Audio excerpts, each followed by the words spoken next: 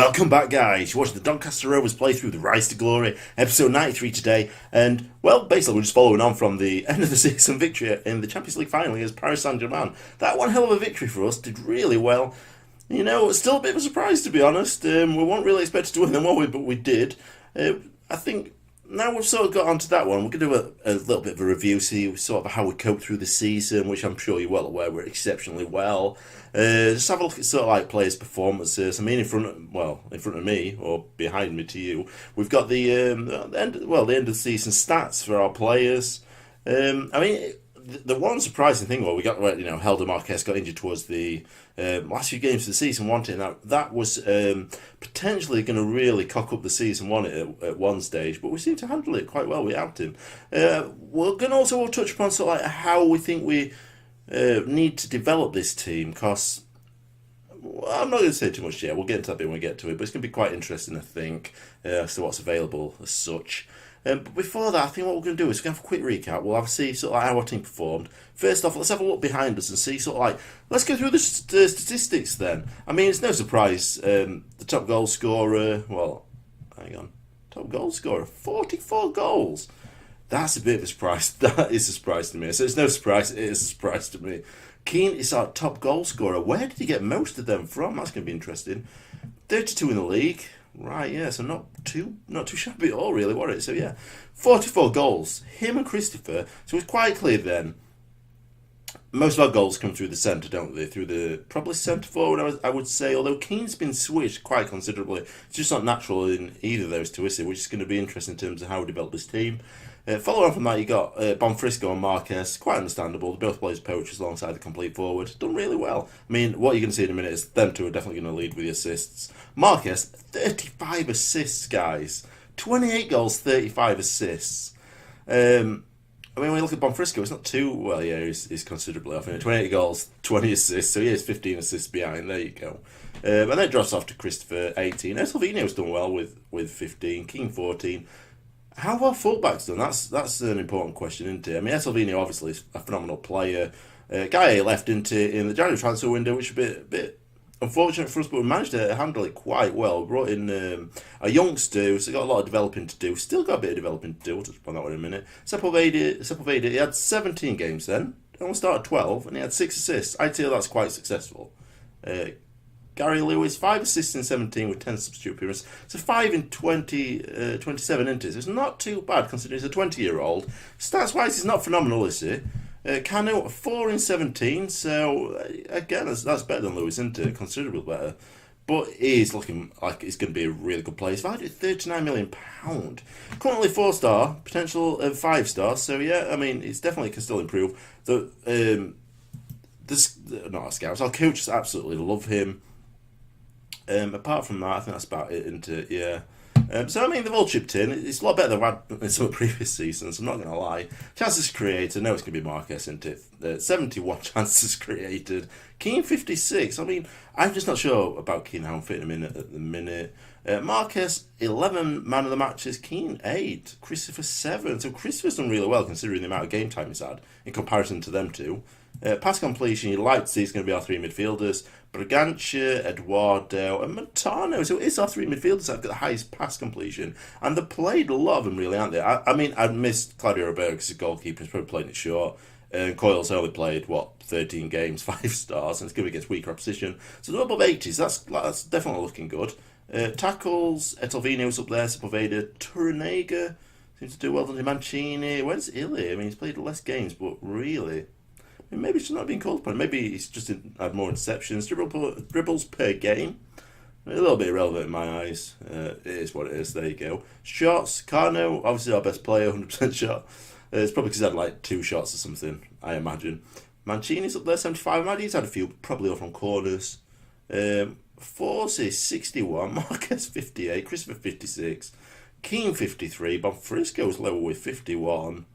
That's about it, isn't it? So, I mean, it's a little low, isn't it? Maybe we need a little bit of work there. Yellows, and no straight away is Etelvino. Yeah, and he's won it by a couple of furlongs there, really, hasn't he? 17 yellow cards. My God, he needs to calm down a little bit, doesn't he? I mean, he's a phenomenal player, let's be honest. If anyone's going to get away with it, it's him. 22-year-old as well. Red cards, there aren't many. I mean, we've got all them three. I think it's something like 3 back-to-back games. Torrenegra, Mancini and Coyle. Average ratings, so this can be interesting. Marquez, top player. 4, see, he's not playing many, but he does get high ratings, and he's probably going to lead in the line next year. Keane, 7.68, so considering the man of the match awards he's got, he obviously has some performances that are sort of like dragging him down a little bit, so I think it's an inconsistent, if anything. Carno, 7.57, that is very good, considering he came in and he's a youngster. He's 19, I believe. 19. But it's a very good player, and it's definitely going to improve, without doubt. Etelvino, I mean, so they're all fairly high, aren't they? Everyone's above a 7, with the exception of Lewis, who doesn't play a lot and is young. He's probably not the standard we want, so that's understandable. Fossum doesn't really play much, he's probably going to want to go. And Coyle is just a ball in midfielders there, I suppose you'd probably expect that. Right, so now I've had a look at that, I think the next thing to do is sort of like recap on the end of season awards and stuff.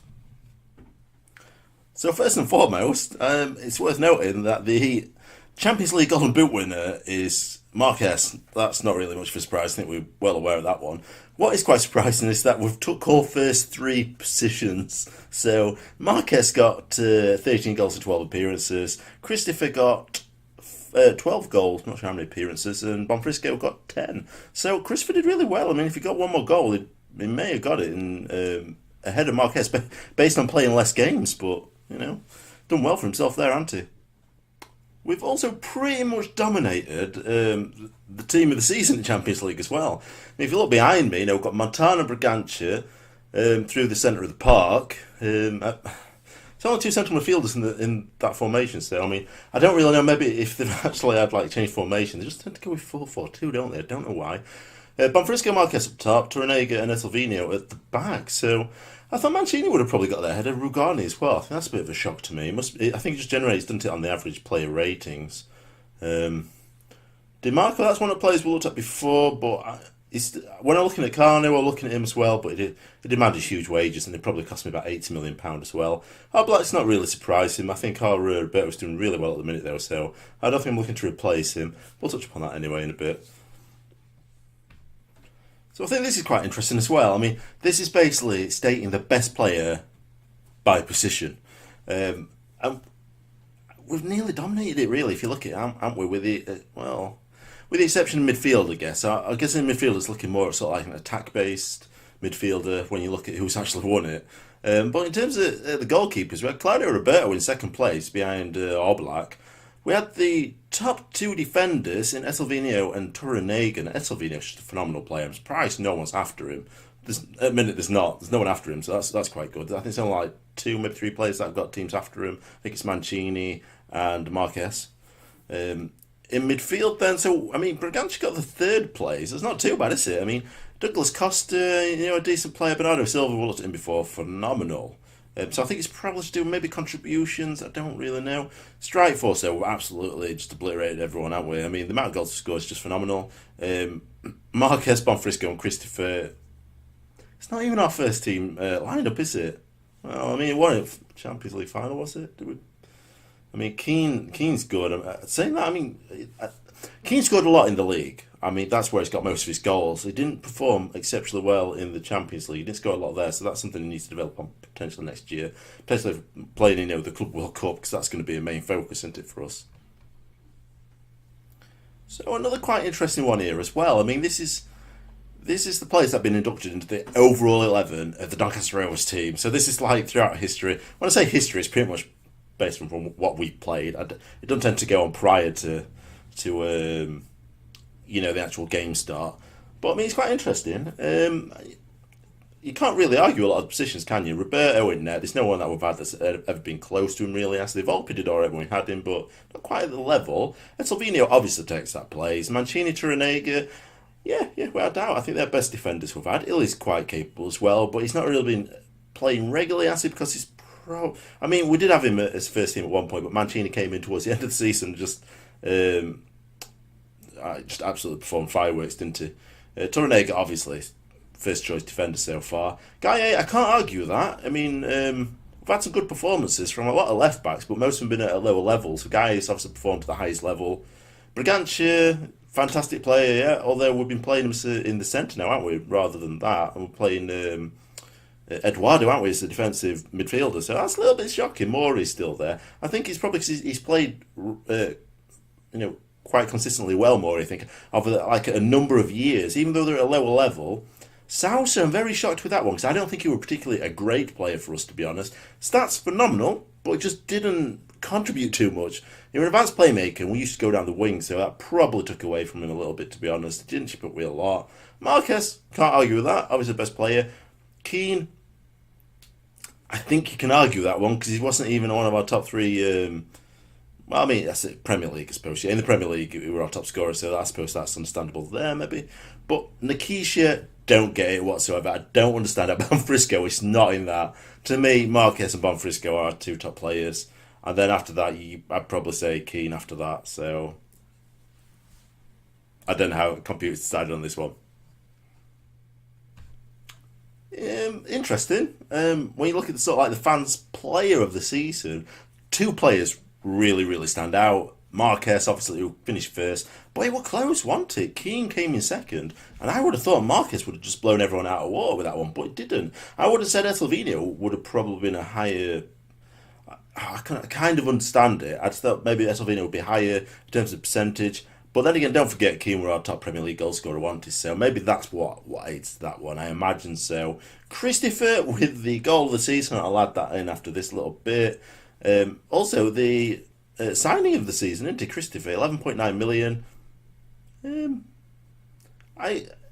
You could argue Keane because he was top scorer in Premier League, wasn't he, for us? But I suppose maybe it takes into account the value of it as well. When you consider how much we spent on Keane. Maybe that's the reason why. So the young player of the season, Helder Marquez. I mean, we've got a lot of young players on our team. A lot of them are fantastic, aren't they? So I suppose you could say anyone's, but I think Marquez does deserve that one.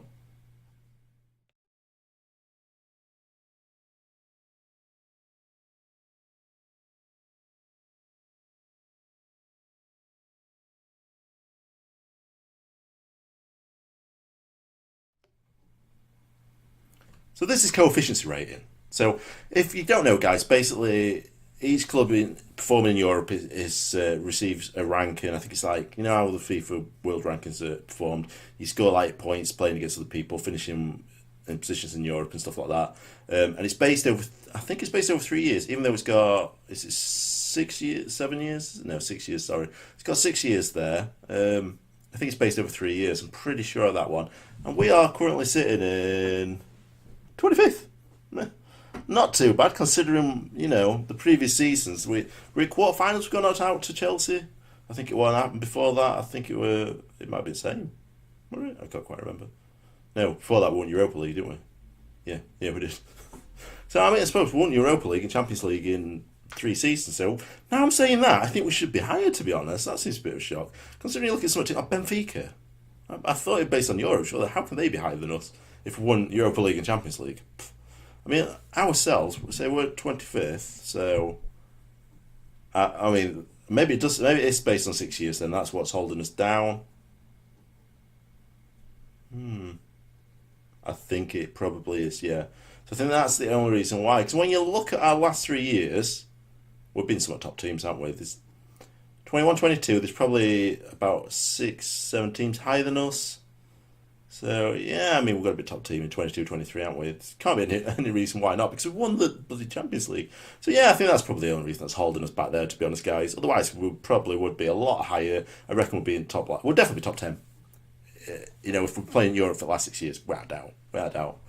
So I think we'll crack on now and look at our team. So, to me, this is the team that I think I really want to go with next year.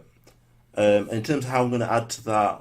We'll touch upon that one. But I think defence, central defence, that's a big one there, isn't it? You got Illy and Turanega. I think Illy's coming along very well in his position. Stats-wise, I think he probably looks our best centre-back. It's just his technical's a little low. Although, to be honest, them technicals are probably ones that are just not relevant to centre-backs, are they? Or a lot of them, are they? No. Passing could probably be a little bit better, but he doesn't need penalty taking, doesn't need long throws, long shots, free kicks. First touch probably should be higher. Finishing, dribbling, crossing corners, doesn't matter one bit, does it really? So maybe 2. I'd like to improve his passing in his first touch, which he can kind of do that, can't he? He's only 22 years old. So I'm probably going with him. He has a lot of good raving reviews from coaches as well. Torrenega, this is going to be tricky. It's either Torrenega or Mancini. Torrenega's slightly younger though, isn't he? Although I think I'll probably get more money for Mancini, so I'm going to have to sell Mancini. Torrenega's a first team player, I believe, key player. So I don't know. I want to sell. I kind of want to sell Torrenega there, but he seems to be our best player, doesn't he, in defence? So, with the exception of Etelvino. So I think that's probably what we're going to go with. Carno on left, he's still developing, good player. I think he'll be there or thereabouts. No point replacing anyone else because it'll just stunt his growth, won't it? Fabio Etelvino, don't need to say anything more, fantastic player. These three in centre, Carlos Eduardo, I mean, it's hard enough to find a Roman playmaker, in it? So to get one who's got these sort of attributes that fit that very well, I think it's difficult. So he's going to stay there. Briganti is quite possibly our best midfielder when you look at him. Maybe not always performs that way, but definitely good. It just want him to be a natural. It just doesn't seem to develop, does it? Even when I train him in any position. Montano seems to be coming really well. He's retrained as a natural box-to-box midfielder, so I'm quite happy with him. So I'm going to roll with him. Lemaire's probably going to back up for him. Forsey through centre. To me, it's Forsey or Keane. I think Forsey just looks like, to me, it's just rounding off a lot better than Keane. I think Keane looks better as a poacher. He looks to have similar to Bonfrisco, doesn't he, and Marquez, I believe. So I think he'll perform really well as a poacher. Now the interesting thing is, so he's probably going to be backup. But one of the things is, Marquez is wanted, and it's not just by Monaco now. Real Madrid and Barcelona are after him, so I reckon there's going to be some serious movement in there, isn't there? They're going to be trying to attempt him. I don't think we can stop him going to Barcelona or Real Madrid. If he wants to go to Monaco, he's definitely going to want to go to one of them two, isn't it? Even though we won the Champions League. So I've got a feeling we might lose Marquez. But let's be honest, how much is he valued at now? £73 million. So if they come in like £85 million, I think that's good enough. I think it's going to be a question, what do we do then, you know? Do we put Keane in there? But the thing is, Keane is not a natural in that position, so I don't know. I'll have a look. If I can't find anyone more suitable, Keane will step in. I'll probably get like an English player or something to back up, or maybe bringing one of the youngsters through. I don't really know. We'll see how that goes anyway. We've also got Pisco coming back, but he don't play as a poacher. Bonfrisco's obviously keeping his place. Phenomenal player. I think he's going to do what Marquez does. It's like a year behind, isn't he, in age? I think he was. I think he's literally just turned 21, so I think he's probably going to do what Marquez does. I think he's going to hit his peak. No, not his peak. Have his best year next year, I reckon. Anyway, so I mean that's how. I mean, where the other thing is Mancini. I think there's a few teams that want him. I mean, a few. I've listed him at £60 million, and they're still interested. So that's gonna be interesting to see. I like the optimism of the Chinese team going after a 27-year-old, when the likes of Barca, Bayern Munich, Paris Saint-Germain, and Man United are all after him. Quite optimistic. Unless it just goes some money, it's possible, but then I get that money from other teams. So, I mean, the interesting thing is, what do we do if Mancini leaves? I think we look for, I don't know, maybe I need to find someone that's okay with playing squad rotation and don't want to take about £200,000 a week. So we'll see how that goes. So I think basically we're going to keep this team. We're possibly going to bring in a centre back to sell Mancini. But I don't want to sell Marquez. Don't get me wrong. I definitely don't want to sell him. I think it's going to be a lot of pissed off people in the club if we do. But if Barcelona come knocking or Real Madrid, I think we ain't got much of a choice. And we'll have to look at a replacement. So that's what we're going to look in transfer window. I did mention as well in one of the last episodes that we were signing a player, future transfer. It was a left winger who scouts reckon could be retrained as left wing back. So this is the guy, 21 years old. I think he looks phenomenal. He's definitely got the physicals. Determination is quite low, so he might not be quite good at retraining, but we'll see. I think it's worth the risk, considering I think what we're at 5.75 million. It's a drop in the ocean for us, isn't it? Samir's going to be going into because Crystal Palace scored the place. That should be an extra £90.75 million for us. 100% of transfer revenue retained. That's great. So nearly £130 million. I think we should have once that player leaves. So yeah, because it's come out of the Argentinian player. So what I'm going to do now is I'm going to leave it there, guys. I think next we're going to have a look. I'll come back once I've made my transfers. So hang on, and I'll be back in a second. Now, guys, I think this bit's interesting. A new stadium. It's not long since we had a new one, actually, is it? Although it's only been something like 21,000, so it's not great, is it, considering the reputation of the team? You know, the club stature now, really. I mean, they're building. Well, they're building a new one? Yeah, absolutely building a new stadium. It's not an expansion. 45,000, I think that's low. I think they should be hitting around 60,000 really, with how the club's developing. But it's good news, without a doubt. It should be complete in 2 years' time. We probably won't even get to that stage. Well, we might do before before Football Manager 2019 comes out. We may hit it. We might get a chance to play in our new stadium. We'll see. So I thought I'd just add that little bit in, a little bit interesting one there for you guys. Actually, what I haven't also done is I haven't looked at sort of like the what's this? I don't. Oh yeah, we'll request improvement youth facilities, and they're happy to do that. We'll have a quick look and see what's happening in Europe. That was the other thing I wanted to do. Let's have a quick look.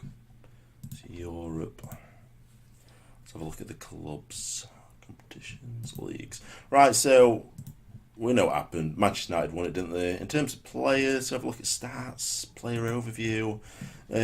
Right, Elder Marquez, top assists, top goals, Moises Keane. Ran away with it completely. Ballet, he did well, didn't he? He doesn't look like a bad player, does he? He may be one to consider then, I guess, if Marquez goes. He's complete forward though, isn't he? Don't play as a poach, is it? Probably not. Well, we'll see. Anything else really to say? Key tackles, Torrenegra. Man of the matches, Marquez behind Lamar. He's a good player. He's phenomenal on this. I think that's about it for that one. There's not much more to say. Should we have a look? La Liga then. So Barcelona finished fourth. That's a bit of a strange one there, isn't it? Real Madrid dominated, really, didn't they? 10 points clear of Villarreal. Richest club in Europe at present, as we touched upon previously, apparently. Serie A, Juventus, Milan, Inter. I mean, that's probably what you expect, how the game develops. Bundesliga then. Let's have a look. Let's see who won this one. It's got to be Bayern Munich. It's Leverkusen, guys. Yeah, 8 points clear. Wow. 11 points clear of Bayern Munich. So they're dropping off a bit, aren't they? That's probably not what you expect at all. And the last one really to look at is France. It's got to be Paris Saint-Germain. It's definitely Paris Saint-Germain. We're Monaco, okay. So they're the ones that after Marquez. Interestingly enough, Marquez has just come to me. He says he wants to leave for Monaco. Not for Bayern Munich, sorry, not Bayern Munich. Not for Barcelona or Real Madrid, but for Monaco. So it must be something attractive about Monaco. I agreed. £109 million and he can go. So technically I don't have to sell him now, so he'd probably be happy staying. Because he's quite happy with £109 million. I said 150, he said 109, I said 115, he said that's too high, 109. So if I do 110, he's probably going to refuse it, so I did 109. I would be happy with 109, I'm not going to lie. So yeah, I'll be back in a second once I've made all my transfers. So guys, a bit of time has passed now, and the transfers have all been made. I'll be honest with you, I've found it quite successful, to be honest. It's gone a lot better than I originally anticipated. A few little factors in there. Then Marquez has actually turned into a homegrown player, which has really helped us, to be honest, in terms of sort of like securing additional players, you know. As well as maybe the little developments of like some of the younger players has really helped as well. I think let's quickly go over and just have a look. First and foremost, who we got rid of. So Fossum, I did say, didn't I? We probably weren't ever going to play him. We played him very rarely last year, and I think, to be honest, 10 games. I think for 12.75 million, I think that were a bargain, considering we don't tend to play or use those players. It tends to be really, really rip-offs that clubs come in with like really low bids, proper low ball. So I'm quite happy with that one. Pisco, AC Milan came in before his loan ended and came with a £22 million bid. Like, fantastic. That'll do me nicely. Mancini, as we know, I was planning on getting rid of him. I did get ideal backup for him. £32 million. One of them, he valued at £60 million, and he had like a lot of interest, major interest in him, as you probably saw, like Barcelona and teams like that. I was just waiting for bids to come in. No one put in a bid in. It was transfer listed and no one put a bid in. But they're all major interest. Not just slight interest, major interest. No bids. So hang on here, right? I'm going to take that valuation off because I had £60 million valuation on him. So I took that off, and as soon as I took that off, the next time I loaded it up, Spartak Moscow come in with a bid. So, okay. 12.5 million. It's like, seriously, the guy's valued at something like £47 million. So I rejected that straight away, and I put his value, his asking price at 40 million, I think, and I offered him out. That's where teams came in at about £22.5 million. So eventually sort of haggled him up to £32 million. Bayern Munich, I actually got him to 33, but obviously went to Barcelona, so can't really complain. It's valued at 39.5 million now, so they did get a bargain, didn't they, really? Capite was just going out on loan. Although I've actually brought him back. He got an injury and I brought him back, so I thought he may help me out a little bit. I'll touch upon it in a bit. Sepulveda, right. It was a bit of a sacrifice because I had too many foreign players. Because it was a rotational player, wasn't it? Backup. Not rotational, backup. It's never ever going to take the place of Etelvino, and Etelvino's young, so there's no point. I wanted an English player to sort of back Etelvino up, so I thought, yeah, get rid of him. So I got rid of him, £4 million, not too bad, considering I think we bought him quite cheap, didn't we? 2 years, I made a profit of £1.5 million, not the worst. Barker's gone, he's deteriorating, and he's never going to get in contention for first team, let alone registration, to be honest. Not getting in contention for that. Powerful centre back. Might do a job there for Sheffield United. I'm not sure what the league they are in. Championship. So, yeah. So, probably do a job for them. It's not a bad standard for there. So, as I said, right, what we're really looking to strengthen, the main idea is we were looking to probably ship out Mancini and get someone as a backup. So, this is the fella I brought in. And it's English as well, so centre back, it's not bad. He's 23 years old. I think it's decent. I don't think it's going to improve much more. Although he's saying ability to potential, it's got an extra star which can improve. So it might do. We'll see. We'll see how it goes on. So the idea at this stage is we've got Illy and Trunegas are 2 starters, and this guy's going to be third choice, and James is going to be. Is it James? The youngster, the 17-year-old, he was going to be 4th choice. But then the opportunity to sign this guy came up, and this is one of them that I really, really wanted. He's a fantastic player. Italian, 21 years old, and I think he's like, he's probably going to be an Italian legend. He's like the next Maldini, look at him. Or Cannavaro or Nesta, you know. And people familiar with Football Manager will definitely remember them. So, yeah, one of these wanted. I was putting an £80 million offer on that, no luck whatsoever. I had a quick look at him, and I wanted to put a bid in for him. It was set at like £83 million from a previous offer that I offered. I thought, I'll just knock it down, £40 million, I think it was. And it was accepted. £40 million. I may even got even lower, I don't know, because I just thought there was no chance of accepting it. So it was too good an offer to pass up. I just could not pass it up. So I've signed him. Fantastic player, central defender. So I think it's probably now, it's going to be him and Torrenegas from centre-back partnership. Illy's going to be back up, and Illy and this Hoofer's going to be back up. So that's quite good for us. I also brought in this guy last minute, Puento. I already told about him. He's the winger that we're training as a left full-back now. There, as you can see. But this guy, Guardo, right back, and he's Italian, but he's got English nationality, so second nationality, so he doesn't class as a foreigner. So I thought, geez, I cannot pass this guy up. Great, I thought I can get rid of Sepulveda and it frees up a foreign player's spot in my registrations. That's fantastic. This guy, to be honest, you look at him, he could definitely push on Etelvino. Not bad at all. He's quite happy being in rotation as well, so that's even more of a bonus. Potentially a 5-star player. So it looks like I've got 2 potentially world-class players at right back. So that's absolutely fantastic. Let's have a quick look in terms of the squad, who's actually sort of in here right now. In terms of who I brought forward, Lewis, he's going to stay there. He's going to be back up at left back. Coyle staying there, back up for defensive midfielder. Grant Norman's going to go down to under 23s. No point, not really much point in him having it here, to be honest. So, Bria's again under 23s. Who else have we got? Matano, Pandoro, right, guys, this is what I brought in, and he's took the slot that's been freed up by Sepulveda, and he's just going to be backing up. I think I'm training him as a Roman playmaker. So basically what the idea is, my second string team is going to be Lemaire, Pandoro, and is it Klein, that defensive midfielder? So this guy's going to take the spot of the Roman playmaker in central midfielder. But look how versatile he is in terms of roles. He can play pretty much any position there. Strangely enough, he can't play central midfielder. I don't get that. So that's got to be like the generic version of all of these, but hey-ho.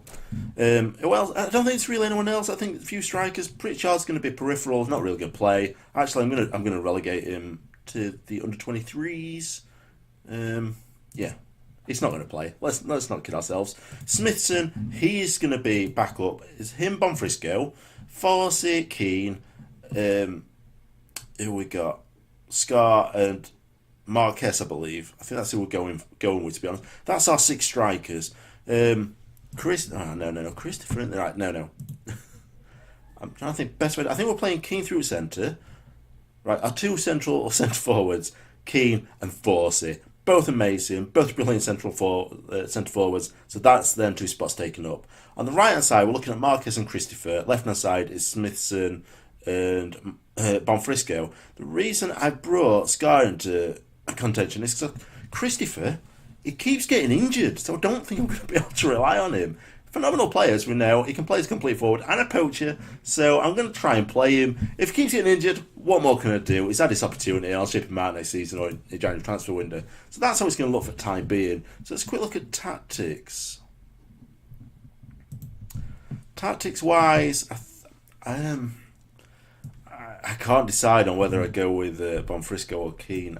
I'm thinking this is probably my starting lineup then. Roberto, Torrenego, Mason, Esselvino, Cano, Eduardo Montano, Bragança, Marquez, Forsey and Bonfrisco. The problem is Keane's not natural there, and I think Forsey just offers the same, to be honest, but it's more accomplished. Keane started amazing in pre-season. He was scoring just for fun. I actually can have just a quick look at him, kind of really. Let's have a look.